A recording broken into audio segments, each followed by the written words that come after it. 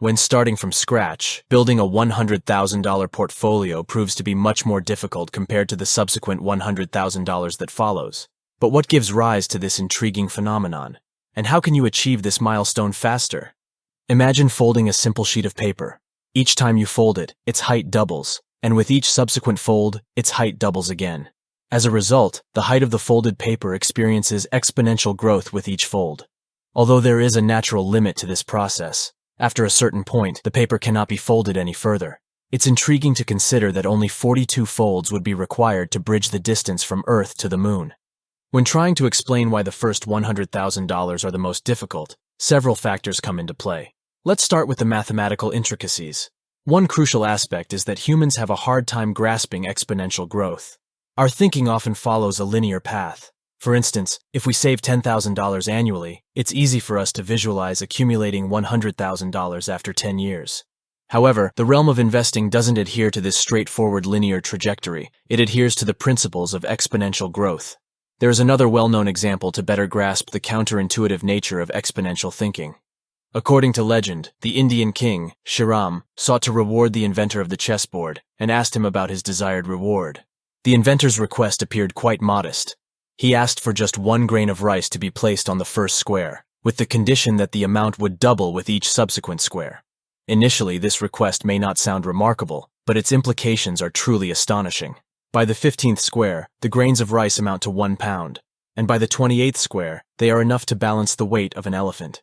Remarkably, on the 44th square, one could fill an entire oil tanker with rice. And this intriguing sequence continues as a chessboard comprises 64 squares. Now let's draw parallels to the world of finance. Suppose we invest $1 and it doubles every year. The resulting graph would demonstrate that the growth is relatively modest initially, but then rapidly accelerates due to the phenomenon of exponential growth. However, we must acknowledge that a doubling of money each year is quite unrealistic. Nevertheless, it serves as an illustrative example for explanatory purposes. In practice, more reasonable and achievable growth rates in the capital market would follow a similar pattern, albeit taking slightly longer to achieve. Now let's consider this concept with a starting capital of $10,000 and examine how swiftly we can reach the milestone of $100,000. First, let's analyze this scenario without any additional investments after the initial one. We invest $10,000 and earn an average of 10% return per year. Let's assume for simplicity that there are no taxes. To reach the first $100,000, it would take 25 years.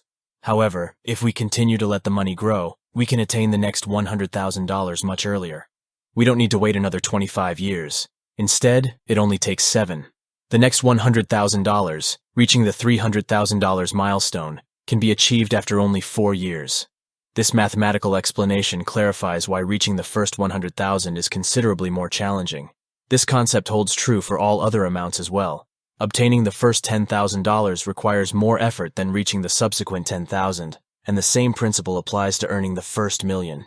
By the way, this principle remains relevant when we factor in a savings rate, not just starting with $10,000, but also setting aside an additional $10,000 each year for investment. This additional capital will also yield a 10% return per year. It's essential to note that these 10% represent a long-term theoretical average. In the stock market, significant fluctuations occur, giving rise to what is known as a sequence of returns risk. With this approach, you would reach your first $100,000 in 7 years. And similarly, we observe that the subsequent $100,000 are achieved in notably shorter intervals thereafter. Consequently, in the early stages, wealth accumulation progresses almost linearly.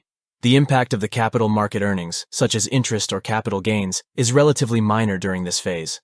Instead, the primary driver of wealth growth is consistent saving over extended periods. As time progresses, the wealth-building process gains momentum due to the compounding effect. We start generating new capital gains on top of the previously earned ones, and this serves as a catalyst, accelerating our wealth accumulation in the later stages. Following this trajectory, you would reach your first $1,000,000 after 28 years. Therefore, as we've observed, the first $100,000 pose a challenge to achieve because initially, we experience a phase that appears almost linear. The reason for this is the limited capital of the portfolio, which means that you only earn interest on a relatively small amount. In practical terms, it's also likely that at the outset of your wealth-building journey, your income might be relatively lower and your savings rate might be modest. However, it's essential not to draw the incorrect conclusion from this, assuming that starting late is advantageous because the early phase appears flat and you'll earn much more later, compensating for the past. Even in the early stages with limited funds, it remains advantageous to save even a small amount. Firstly, it gradually lays a financial foundation, but perhaps more importantly, it allows you to gain invaluable experience in the stock market and develop the right mindset, understanding the importance of saving and investing to make your money work for you. Now, let's delve into the factors that will accelerate your progress as you move forward. Individuals who begin their wealth-building journey and accumulate a few $1,000s might feel hesitant when dealing with tax matters. However, after a year or two of investing and filing your tax returns, you'll likely realize that investing and taxes aren't as complex as they initially seemed, particularly since your broker will handle much of the process for you. Tax refunds can be a huge boost to your finances. Moreover, as your wealth grows, more investment opportunities will open up for you. Initially, your choices might be relatively limited, focusing on ETFs and stocks due to their lack of minimum investment requirements. Nevertheless, as you accumulate more capital, you'll have the flexibility to explore and invest in various asset classes. Consider this scenario. If you are able to invest your capital in a successful startup right at the beginning, you may be able to achieve exceptional returns. Naturally, this entails higher risks, but having a substantial capital cushion enables you to allocate only a small portion of your wealth. Consequently, even if the investment doesn't yield the desired outcome, it won't set you back to square one. However, if the opportunity proves promising, you could enjoy significantly higher returns than the average 10%. Similarly, successful endeavors in the real estate sector often require a lot of equity. As you approach the $100,000 mark, a plethora of options and possibilities open up for you. More money equates to more options, and this generally expedites the wealth-building process.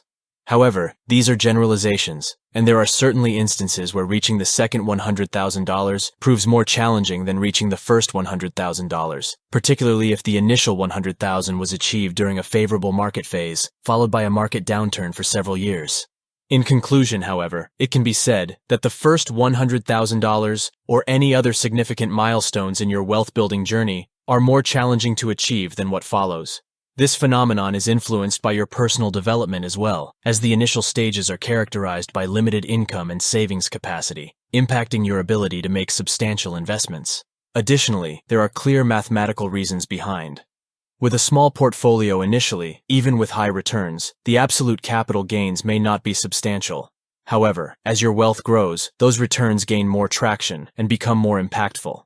If you start with a $1,000 portfolio and achieve a 10% return, you'll only earn $100, an amount that could be earned more quickly through a side job. However, as your portfolio grows to $10,000, the same 10% return would yield $1,000, a significantly more substantial gain. Thus, starting early and becoming accustomed to saving and investing, regardless of the initial amount, is worth the effort.